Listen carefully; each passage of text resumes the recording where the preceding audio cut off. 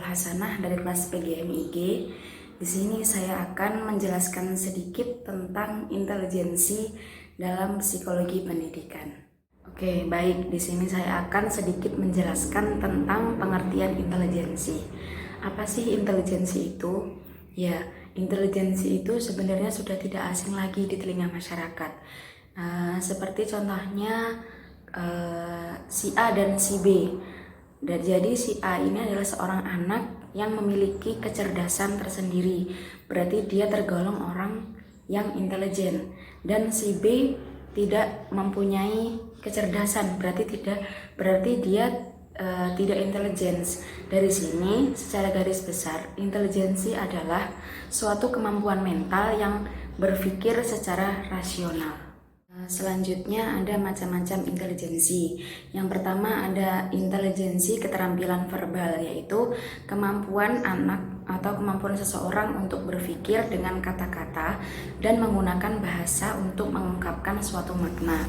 Dan yang kedua ada intelijensi keterampilan matematis, yaitu kemampuan untuk menjalankan operasi sistematis. Dan yang ketiga ada intelijensi kemampuan ruang, yaitu kemampuan untuk berpikir secara 3 dimensi. Yang keempat ada intelijensi kemampuan musikal, yaitu di mana anak atau seseorang belajar terhadap pola tangga nada atau untuk mengingat suatu nada. Selanjutnya ada intelijensi keterampilan kinestetik tubuh, yaitu kemampuan untuk memanipulasi objek dan mahir secara tenaga fisik.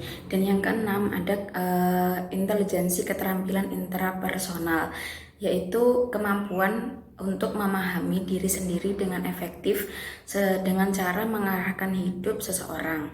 Selanjutnya ada intelijensi keterampilan interpersonal, yaitu kemampuan untuk memahami dan secara efektif berinteraksi dengan orang lain. Dan yang kedelapan itu ada intelijensi keterampilan naturalis, yaitu kemampuan siswa untuk mengamati pola di alam semesta. Dan yang terakhir ada intelijensi emosional, yaitu di mana kemampuan seseorang untuk merasakan dan mengungkapkan emosi secara adaptif. Oke, selanjutnya yaitu ada faktor yang mempengaruhi intelijensi. Yang pertama itu ada hereditaritas atau pembawaan. Jadi di sini salah satu faktor yang paling tinggi sebagai penentu tinggi rendahnya intelijensi seseorang itu ditentukan oleh sifat-sifat atau ciri-ciri yang dibawa sejak ia lahir. Jadi ini adalah faktor ya bisa dibilang agak besar bagi sifat atau ciri yang dibawa oleh anak tersebut. Yang kedua ada faktor lingkungan. Jadi pemahaman tentang faktor yang berhubungan antara tinggi rendahnya intelijensi ditentukan juga oleh lingkungan, karena seseorang itu kan ada lingkungan keluarga, ada lingkungan sekolah, teman, dan lain sebagainya, lingkungan masyarakat. Dan setiap hari seseorang itu kan pasti akan bersosialisasi. Jadi pasti mereka